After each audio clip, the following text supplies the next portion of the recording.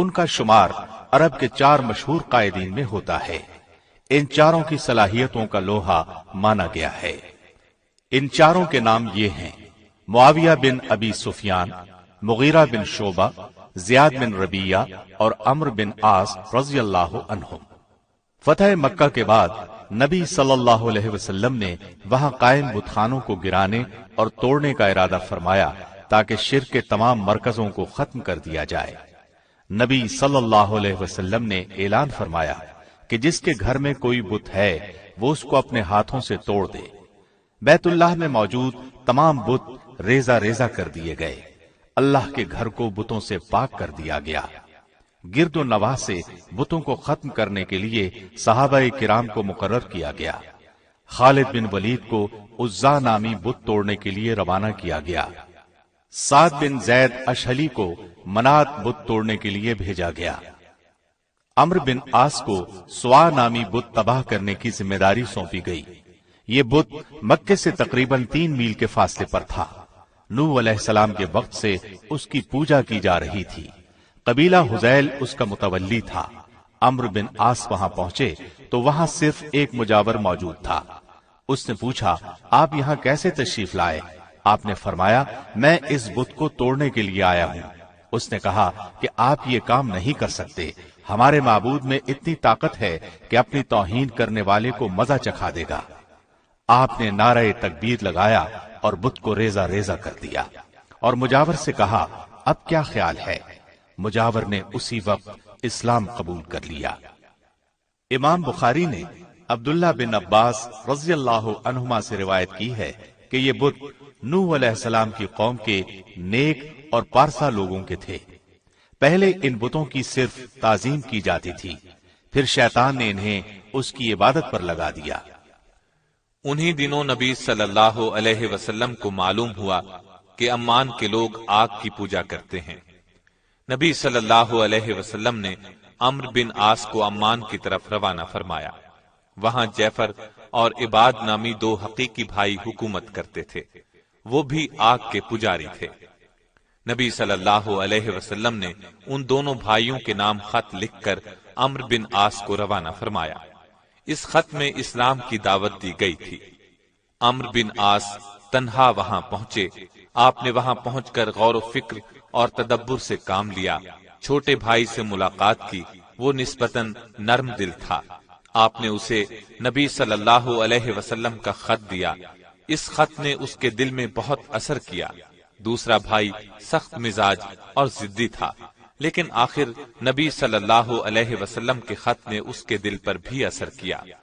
عمرو بن عاص کی بے خوفی اور مستقل مزاجی نے بھی کام دکھایا، وہ نرم ہو گیا۔ اس طرح دونوں بھائی مسلمان ہو گئے اور ان کی رعایا نے بھی اسلام قبول کر لیا۔ اس طرح پورا ملک مسلمان ہو گیا۔ نبی صلی اللہ علیہ وسلم کو یہ خبر سن کر بہت خوشی ہوئی۔ آپ نے عمرو بن عاص رضی اللہ عنہ کو ان لوگوں کی دینی تعلیم و تربیت کے لیے مقرر فرمایا۔ عمرو بن عاص وہاں 2 سال تک رہے۔ اس سے پہلے ان سے ایک اور اہم کام لیا گیا۔ مدینے سے 300 میل کے فاصلے پر ذات القرا نامی ایک وادی تھی۔ اس آبادی میں قبیلہ خزاع آباد تھا۔ اس قبیلے نے مدینے پر حملہ آور ہونے کا ارادہ کیا۔ نبی صلی اللہ علیہ وسلم کو یہ خبر ملی تو آپ نے عمرو بن عاص کی قیادت میں لشکر روانہ کیا تاکہ دشمن کو وہیں روک لیا جائے۔ عمرو بن عاص اسلامی لشکر کو لیے جمادی الثانی 8 ہجری کو اس وادی کے ایک چشمے تک پہنچ گئے۔ اس چشمے کا نام سلاسل تھا۔ آپ نے وہیں پڑاؤ ڈال دیا۔ اس وقت انہیں معلوم ہوا کہ دشمن کی تعداد ان کے مقابلے میں کہیں زیادہ ہے۔ ان کے پاس 300 مجاہد تھے اور صرف 3 گھوڑے تھے۔ آپ نے عرفہ بن لیس رضی اللہ عنہ کو مدینے روانہ کیا۔ آپ سے کمک کی درخواست کی، میدان جنگ کی صورتحال سے آگاہ کیا۔ نبی صلی اللہ علیہ وسلم نے ابو عبیدہ بن جراح کی قیادت میں 200 مجاہدین اور روانہ فرمائے۔ ان مجاہدین میں ابو بکر صدیق رضی اللہ عنہ اور عمر بن خطاب رضی اللہ عنہ بھی شامل تھے۔ یہ لشکر سلاسل کے مقام پر پہنچا تو سوال پیدا ہوا کہ لشکر کی قیادت کون کرے گا؟ عمرو بن عاص رضی اللہ عنہ نے کہا کہ لشکر کے سالار وہ ہیں، جبکہ ابو عبیدہ بن جراح نے کہا کہ لشکر کے سالار وہ ہیں۔ لیکن پھر ابو عبیدہ بن جراح نے عمرو بن عاص کی قیادت منظور کر لی، اس لیے کہ نبی صلی اللہ علیہ وسلم نے رخصت کرتے وقت فرمایا تھا کہ آپس کے جھگڑے سے بچنا۔ آخر عمرو بن عاص رضی اللہ عنہ نے اپنے لشکر کے ساتھ قبیلہ قزاع پر حملہ کیا۔ حملہ بہت زوردار اور اچانک تھا، انہوں نے دشمن کو سنبھلنے نہ دیا۔ بہت سے دشمن میدان میں مارے گئے، باقی بھاگ نکلے۔ اس موقع پر عمرو بن عاص رضی اللہ عنہ نے لشکر کو حکم دیا، خبردار کوئی مجاہد بھاگتے دشمن کا تعاقب نہ کرے۔ ان دنوں سردی بھی بہت شدید تھی۔ عمرو بن عاص رضی اللہ عنہ نے ایک اور حکم دیا تھا، خبردار مجاہدین تاپنے کے لیے آگ ہرگز نہ جلائیں۔ یہ دونوں حکم مجاہدین کو عجیب لگے۔ عمر رضی اللہ عنہ کو تو غصہ آ گیا، پکار اٹھے، یہ کیسی پابندیاں ہیں؟ اس پر ابو بکر صدیق نے فرمایا، اے عمر صبر کرو، نبی صلی اللہ علیہ وسلم نے یوں ہی عمرو بن عاص کو لشکر کا امیر مقرر نہیں فرما دیا، کوئی خوبی دیکھ کر ہی یہ اعزاز انہیں عطا کیا گیا ہے۔ مجاہدین نے امیر لشکر سے کہا بھی کہ انہیں تعاقب کی اجازت دی جائے تاکہ دشمن کا مکمل طور پر خاتمہ کر دیا جائے، لیکن آپ نے تعاقب کی قطعاً اجازت نہ دی۔ اسلام قبول کرنے کے بعد یہ پہلی جنگ تھی جس کی قیادت انہیں سونپی گئی تھی۔ عظیم الشان فتح حاصل کرنے کے بعد جب یہ واپس لوٹے تو نبی صلی اللہ علیہ وسلم کو جنگ کی تفصیل سنائی۔ آپ نے پیار بھرے لہجے میں دریافت فرمایا، اے عمرو، تم نے مجاہدین کو بھاگتے دشمن کا تعاقب کرنے سے کیوں روکا تھا؟ اس سوال کا جواب عمرو بن عاص رضی اللہ عنہ نے یہ دیا، اے اللہ کے رسول، مجھے یہ ڈر تھا مجاہدین تعاقب کرتے ہوئے دور نکل جائیں گے، یہاں تک کہ دشمن کے علاقے میں جا نکلیں گے۔ اس طرح چند قیمتی جانیں ضائع ہونے کا خدشہ تھا۔ ان کا یہ خیال بالکل درست تھا، اس لیے کہ کامیاب جرنیل اپنی فوج کے ایک ایک مجاہد کا خیال رکھتا ہے۔ اب رسول اللہ صلی اللہ علیہ وسلم نے دریافت فرمایا، اور تم نے سخت سردی میں مجاہدین کو آگ جلانے سے کیوں روکا؟ آپ نے عرض کیا، اگر میدان میں آگ روشن کی جاتی تو ہماری تھوڑی تعداد کا دشمن کو پتہ چل جاتا، اگر انہیں ہماری کم تعداد کا پتہ چل جاتا تو وہ دوبارہ حملہ کر سکتے تھے۔ نبی صلی اللہ علیہ وسلم نے ان کی وضاحت سن کر خوشی کا اظہار فرمایا۔ یوں آپ نے اسلام قبول کرنے کے بعد سونپی گئی پہلی ذمہ داری کا حق ادا کر دیا۔